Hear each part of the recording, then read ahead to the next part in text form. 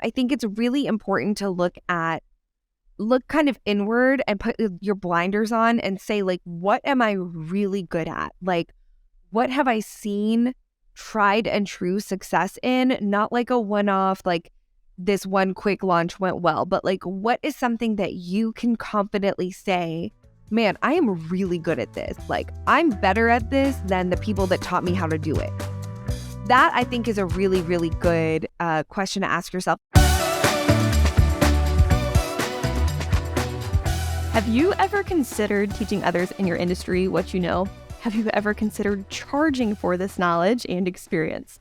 While I am sure that many of our listeners are currently thinking absolutely not, there are countless other people in my industry who are way more qualified to teach than I am. The fact of the matter is that there are always going to be people further along in their businesses than you are, but there are also others dreaming of literally having the business that you have right now. And if you're willing to share your knowledge with them, you can, 1, help them achieve their dreams, and 2, create another stream of income for your small business. If even having just a toe in the education space is of interest to you, you are going to love this episode of Priority Pursuit, because today we have the Queen of Education, Laylee Emadi, on the show. Laylee is an educator, speaker, and conference host with a heart for serving clients and fellow entrepreneurs through her coaching work. As the host of the So Here's the Thing podcast, which is great, guys. I'm a regular listener, just by the way. And as the founder of the Creative Educator Academy, Laylee believes in leading with heartfelt encouragement and honest guidance.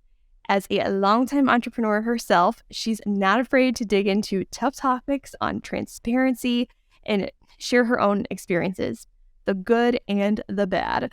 Laylee is passionate about her goal to equip you and your ability to make a difference, create impact, and to build a life doing what you love, which you know, if you were a regular listener of the Priority Pursuit podcast, we are all about that as well.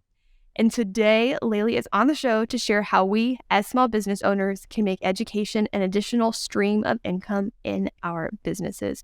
Laylee, thank you so much for being on the show. I am just thrilled that I get to have this conversation with you. Thank you for having me. I'm so excited. Well, Laylee, you have so much going on, and I mean, through your entrepreneurial journey, you've seen several changes over the years. So my introduction just can't do justice to all the things that you do and all the ways that you serve. So before we dive into today's topic, would you mind introducing yourself and just telling us all the things? Of course. I actually think you did a great job introducing me. That was so good. I feel like you covered a lot of it, but I've done a lot of things in the past decade, which is crazy. This is like my 10th year in business, which is insane.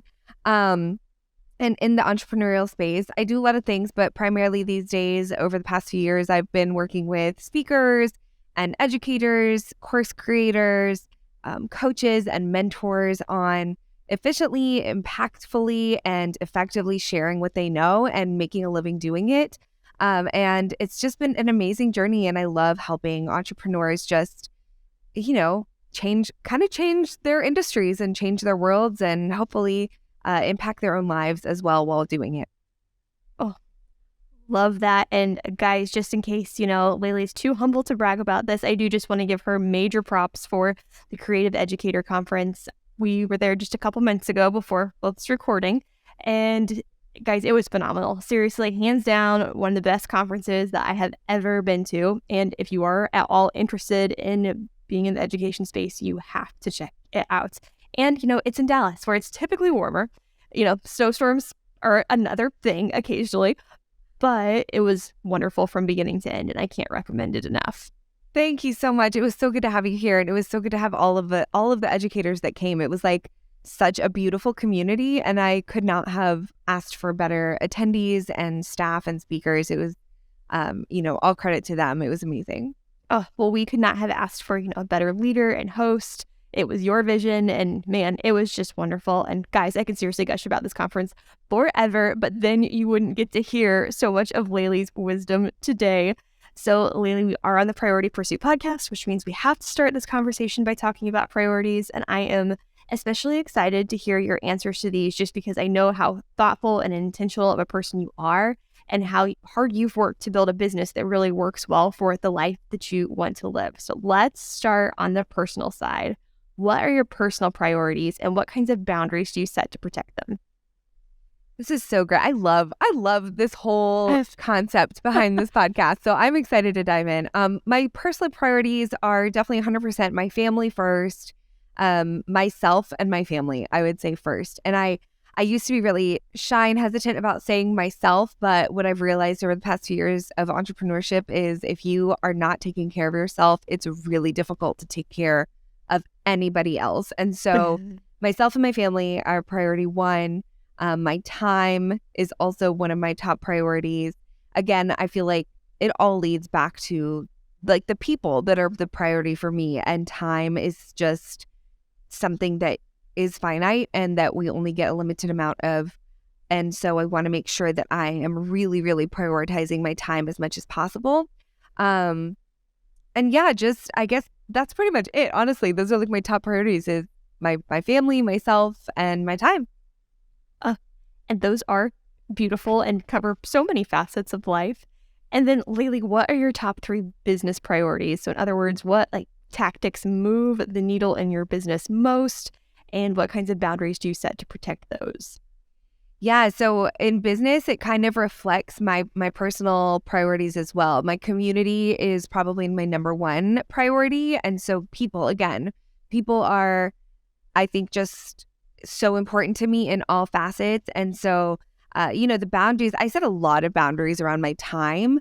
But in terms of like boundaries around community, I try really hard to like greet my community with open hands and just like set less boundaries around community and more boundaries around the time surrounding it. So time is a second priority to me in my business. And then the third priority in my business is myself, because and my health, my mental health, my physical health, because those things I have found are really undervalued as business owners. We think about, finances, we think about numbers, we think about marketing, we think about our community, our clients, our students, whatever it is that you do.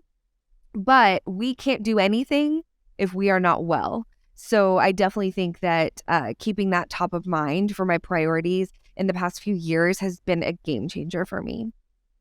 Oh, I love the intentionality behind all of those answers. And I feel like when you have this beautiful blend of your personal life and your business, like on this podcast, we don't believe work-life balance exists. However, that's just a beautiful, beautiful work-life blend. All right, Laylee, so excited to talk about education with you. And I could gush about you forever, but guys, I had the pleasure of meeting Laylee a few years ago at Show It United's conference when, that was still a thing. It's Spark now, so it's changed.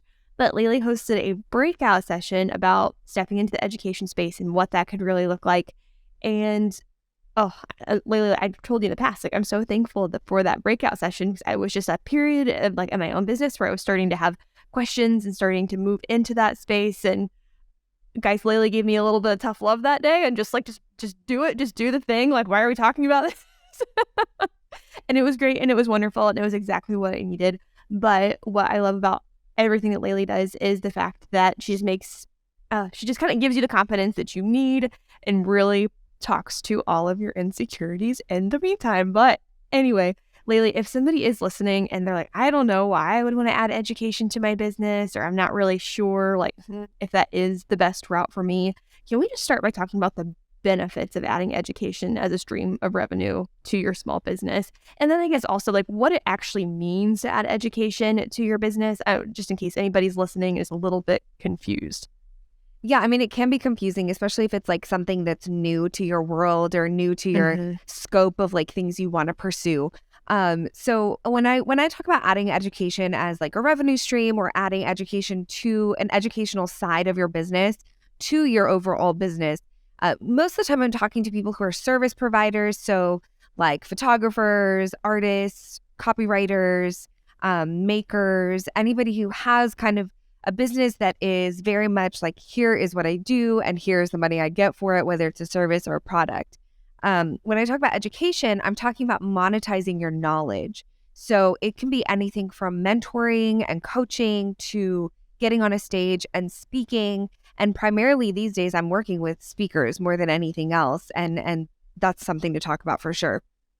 Course creators, membership hosts, conference hosts, retreat hosts, like anything that you want to do where you are essentially getting paid to share what you know or facilitate the distribution of your knowledge in exchange for money. So that's how I would kind of like define it. I don't know. Hopefully that was helpful, but yes. Okay, good. I was like, I know it was like a lot, but essentially it's just like, hey, you know something and somebody else wants to learn that thing. Let's get paid for it. And then in terms of kind of the first question, I answered the second question first. In terms of the first question of like, you know, why would somebody want to add this into their business? I think there's a lot of reasons. One, you know, and I don't believe that any of these reasons, I don't think there's a hierarchy, like in no particular order. One, maybe you just really love people, like you love to help people. You have like a pull inside of you to share your knowledge. You're like, I've just done this thing and it's going amazingly well. And I really want to share it and make people's lives better. Like I could help somebody by sharing what I know. So that's like one motivator. Another could be, okay, so things are going well, but I really want to scale, but I don't want to take on more clients in this area. So maybe I could add an additional revenue stream and make a little bit more money sharing something that I know. That's totally fine too. And another could be just like people are interested and there's demand, right? Like the traditional good old like business, MBA, whatever, like supply and demand. People are asking you all the time, like, hey, how did you do this? Like, I noticed that you do this one thing better than anybody else. Like, can you share your secrets? And maybe you've gotten to a point in your career where you're like, you know what? I don't care about secrets anymore. Yeah, I'm going to share it and let's monetize it while I'm at it. So there's a lot of reasons that you might want to add that additional piece of your business. But I think no matter what that motivator is, I think determining what it is really helpful when you're getting started, just so that you can better adjust expectations and figure out how you want to approach it. Absolutely. Well, thank you for breaking all of that down for us. Laylee, I've had the pleasure of hearing, your own story and how you ended up in the education space multiple times now. But for the sake of our listeners who haven't heard your story, would you mind sharing how this came to be? Because obviously you didn't just like wake up one day and you're like, I am such an amazing educator that I can now educate other educators. So tell us how that all went down. Yeah, no, for sure not. It's not my style. Great question. So before I was an entrepreneur, and actually while I became an entrepreneur, I was also a full-time high school teacher. And within my school district, I also worked on curriculum design. And I was lucky enough to work with a team of incredible educators to create curriculum for our entire district for a couple of summers. And it was great. And what I found with having that career as like a truly trained educator in the school system, and then being an entrepreneur, I didn't see like a tie-in the beginning, but a couple of years into my photography business, that's how I started as a photographer.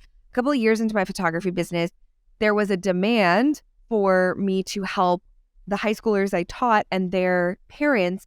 Their parents had cameras that were nicer than my camera. Like I was a professional photographer with gear that was not as good as these parents, but they didn't know how to use it.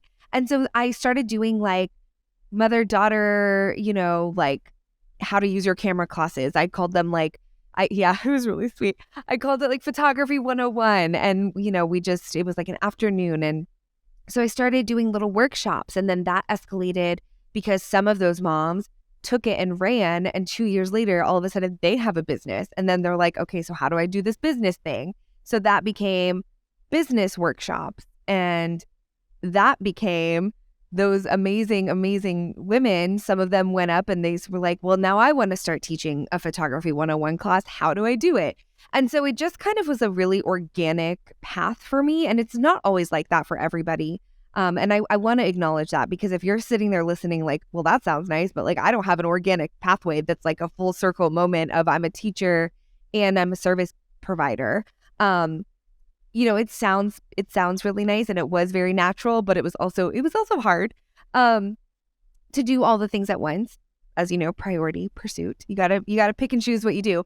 But, my story, it was very like full circle. I always loved educating, and I loved so much being able to impact people's lives and see things like actually come to fruition for people as they're working and as they're learning and as they're bettering themselves. And so that was really cool for me. But, my story is definitely not the norm in education, but I'm happy to at least be able to provide people with bridging the gap between like, okay, this sounds fun and I don't know how to do it. I love to be able to be like, you can do this and this is how. Oh, thank you so much for sharing. I know, I just feel like people, it is this beautiful story. And I mean, yes, like on one hand, it is, your skill set in that you are a trained educator. And so I think your brain just kind of works that way as a result. But then also, just seeing opportunity after opportunity to more or less slowly move into that education space. And I mean, you're already super slow. Yes. But hey, and now look how many beautiful, beautiful things that are happening. And I mean, I think it's also important to talk about that process. And then, I mean, obviously your students can move into the education space a lot faster because you like lay it out for them, and that's all well and good. But I think a lot of people forget to how long it actually does take to get there. Like, it's not going to be this overnight thing. So yes, everybody just needed to hear your story before we got any further. Okay, so Laylee, with that in mind, if somebody is listening right now and they're like, oh, okay, like this sounds good to me, but like, I don't know, am I qualified or not? Like, how do you know when you're ready to start teaching people what you know? And then also, how can you determine what you should teach? I feel like we've already touched on this a little bit, but I feel like this is just one of those topics that like so much imposter syndrome comes with it. So we gotta like just make it really clear for people.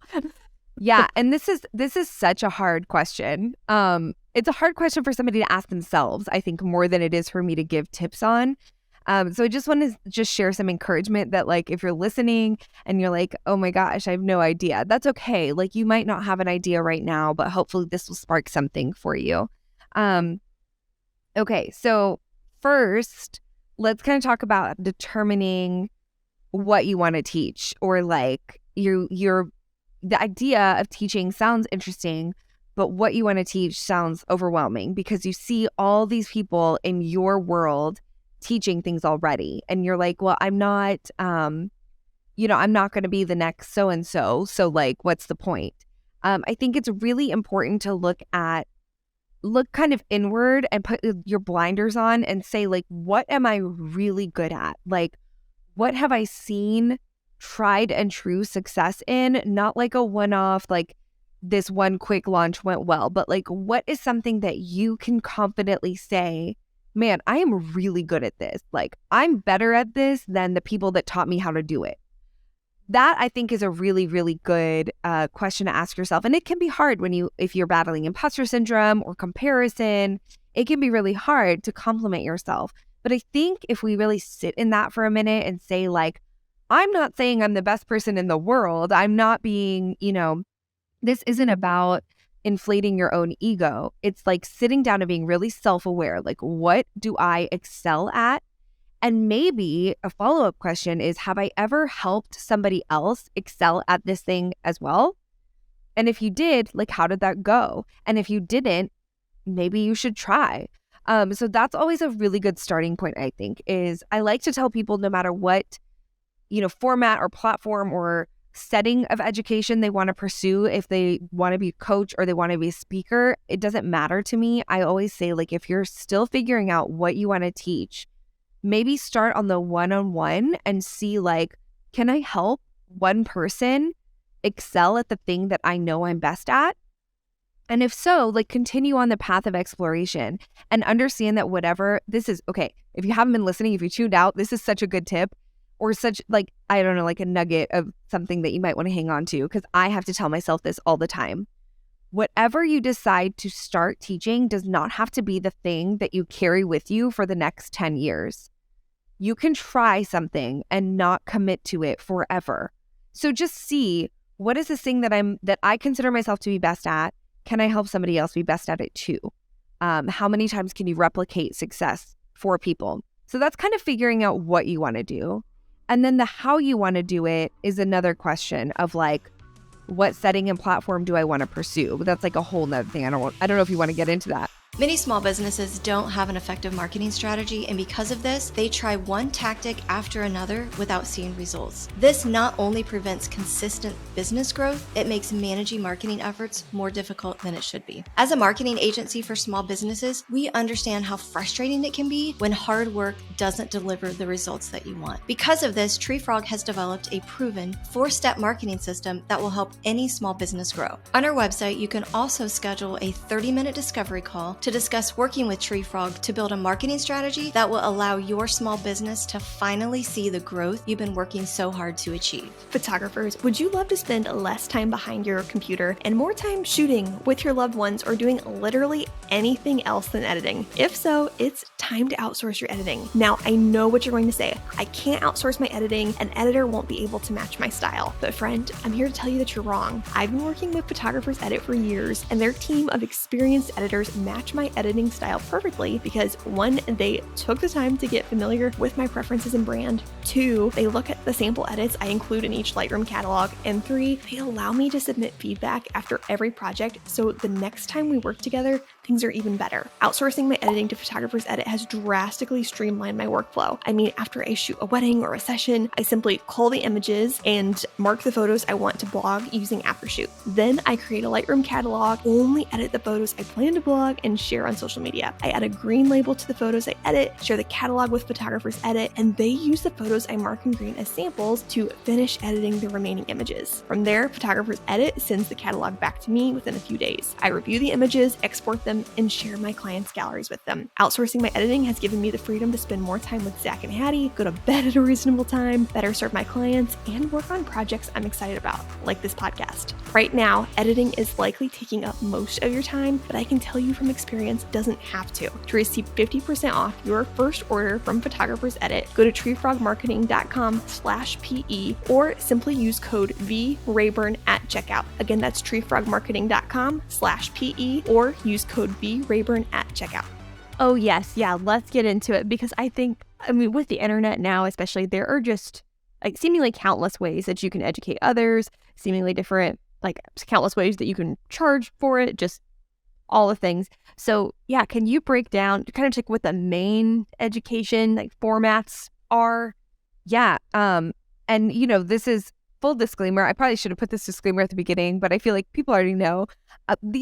All of the things that I'm sharing are based off of like my experience, and so by all means, there are more things than what I'm talking about out there. But what I consider to be kind of like the core formats of education in the creative industry are one-on-one coaching and mentoring, speaking, speaking, by the way, in my opinion, at least like as a speaking coach, there are so many more things to speaking than just getting on a stage and being like a keynote speaker. There's so many more ways to speak. In fact, what we're doing right now, I consider part of speaking. So podcasting, YouTube, whatever. So one-on-one coaching and mentoring, speaking, course creation, or digital products or digital education. And this is kind of like more one to the masses instead of one-on-one. In-person events. So whether that's conferences, retreats, masterminds that meet in person, and then that leads into probably like what I would call maybe the last core kind of format would be peer-to-peer or small group. So like masterminds, group coaching, maybe memberships, although I kind of consider memberships to be more digital education. So those are kind of like the main things that we'll see out there and we see a lot of. And I think right now courses were like the biggest thing and now have become kind of like the thing that people are kind of feeling weird about. So take that for what you will. Yes. Well, I mean, I think there are just so many of them at this point that it can feel extra overwhelming. Which doesn't mean you shouldn't do one, but like, I get it. Yes. Yeah.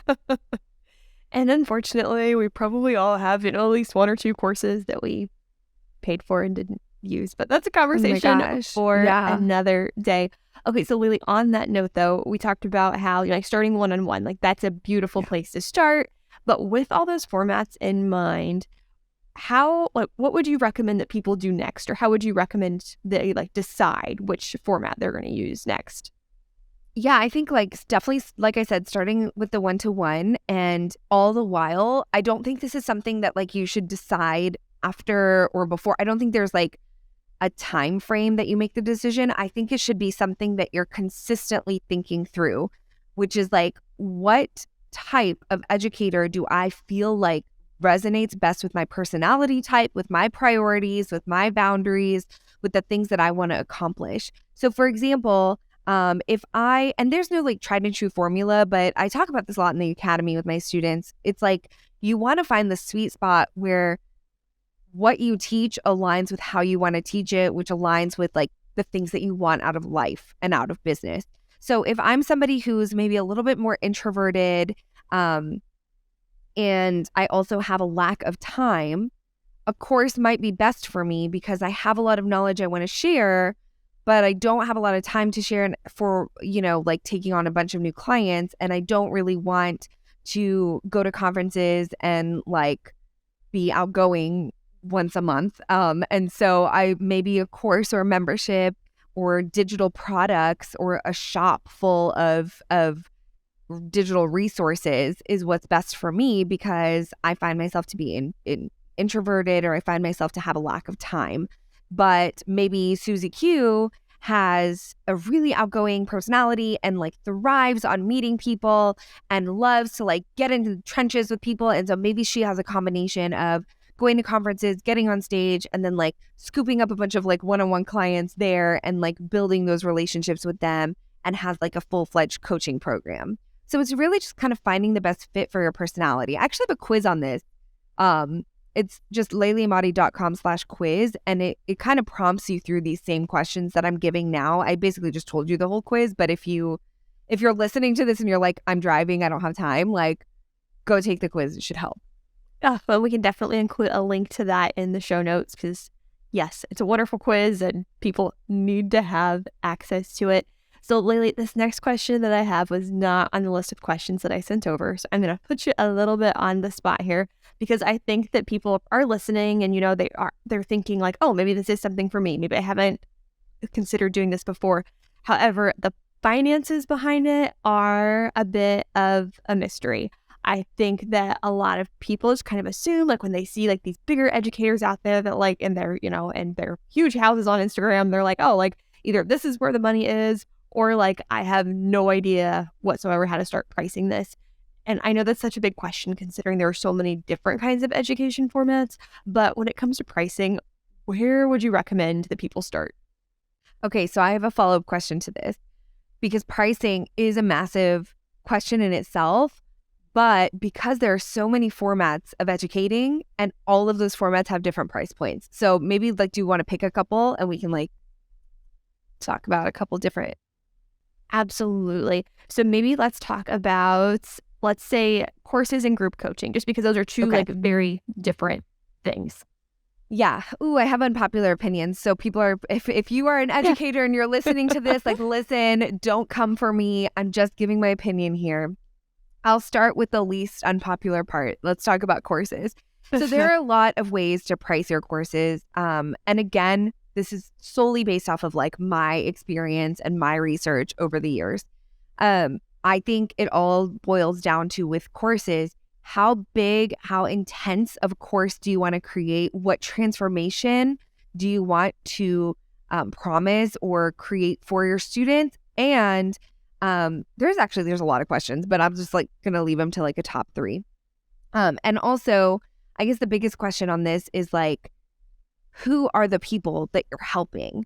Because let's say I don't know, let's pick an industry. Let's just go with photography, because I feel like it's our commonality. So if I'm a photographer and I'll just use my own stuff. If I'm doing a 101 course and it's moms and their daughters, they're likely not going to invest the same as somebody who is growing a business, and they are not going to invest the same amount as somebody who's been in business for 5 to 7 years and wants to, go up another step. And with each of those price points going up for each of those people, the transformation should also go up, right? So I kind of look at pricing as similarly as I do to figuring out what you want to do and how you want to do it, which is like, who do you want to help? What is a reasonable expectation for the transformation that you're promising? And how much, like how intense of a course, like how meaty of a course, that's like kind of gross to say, but whatever. I like hate when people use that phrase, but I'm going to use it because I just like don't have another one. But like how meaty of a course is it? Like how much are they going to get out of it? Is it more of like a mini course that's like at a $349, like an entryway? Or is it something like my Creative Educator Academy has range depending on if there's a live element to it. It's been from $1,000 to $1,500 depending on if there's a live element, but it's for people who have been in business for many years and are ready. Like the people who take the academy, for example, the transformation there, they should be able to book 1 or 2 coaching clients or launch a course at the end and make their money back times however much they want, infinite. You know what I mean? And so like you've got to look at what are people walking away with and what can I ethically promise and what can I ethically take in order to make it worth it for me. So it's like a lot of moving parts and I recognize that, but that's kind of like a starting point with courses is kind of asking yourself those 3 questions.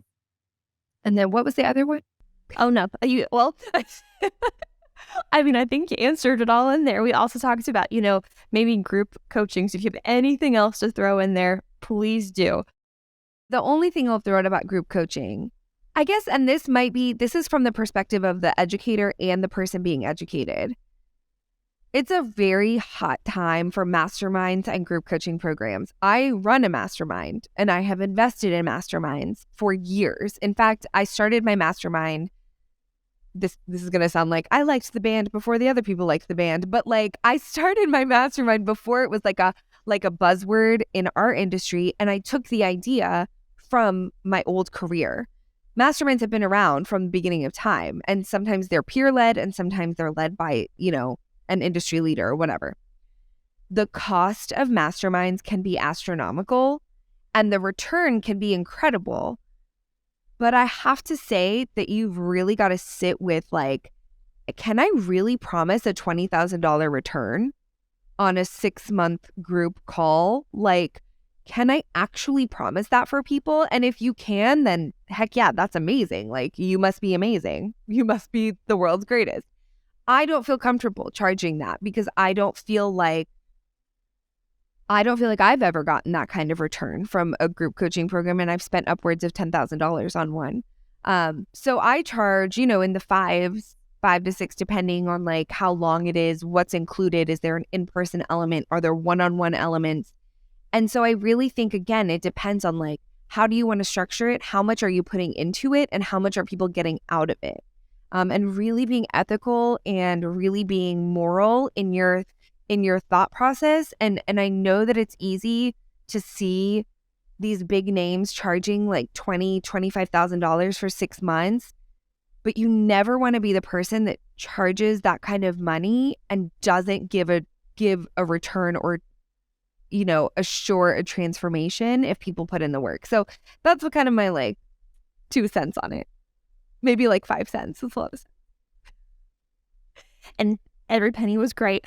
But no, I'm always like just so refreshed to hear like that is your approach to it. Because I think that a lot of times as small business owners, before you move into that education space, you're just really taught like you need to look at your hours, you need to look at how everything's costing you, and you have to figure out your cost of doing business. And that's not to say that these things don't matter, but education is just kind of this different thing. And so sometimes I feel like to quantify it, it's really difficult. However, if you can look at it from the return on investment that you're giving your customers, I just think that's a much healthier way to look at it. And so, yes, I knew what your answer was going to be, but I just wanted to make sure everybody else could hear it because I'm going through these questions like, oh, I can't believe I forgot to ask.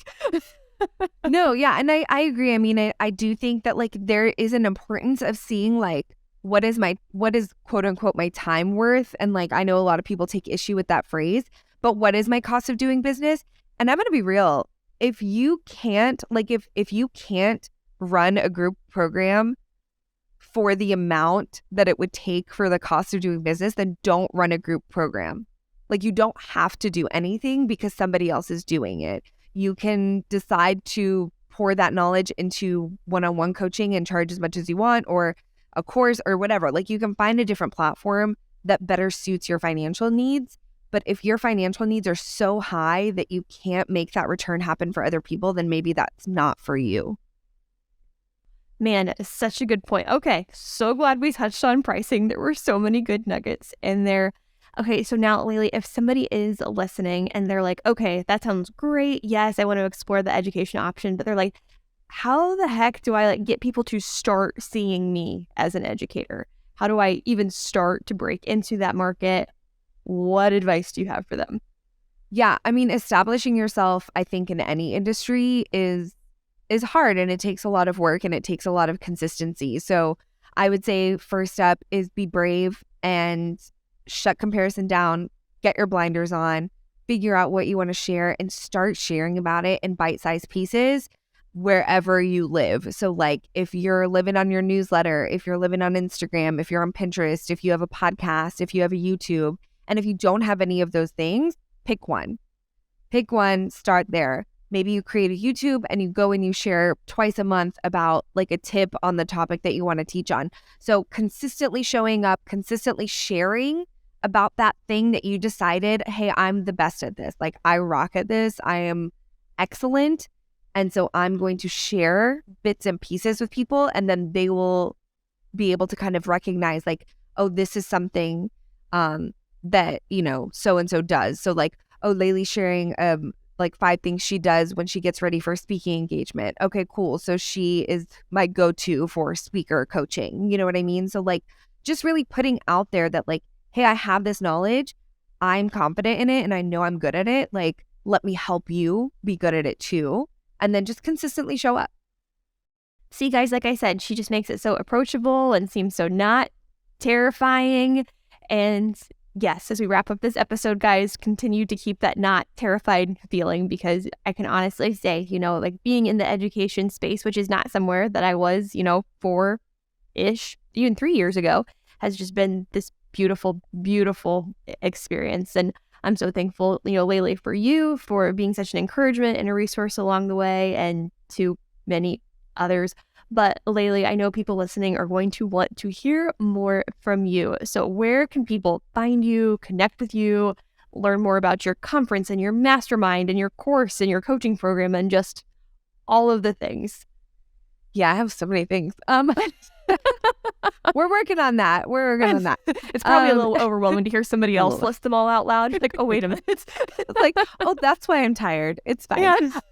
No, just kidding. You can find me over mainly on Instagram at Laylee_Emadi. The website's LayleeEmadi.com. Basically, everything is under my name, and there aren't a lot of Laylees out there, so I should be easy to find.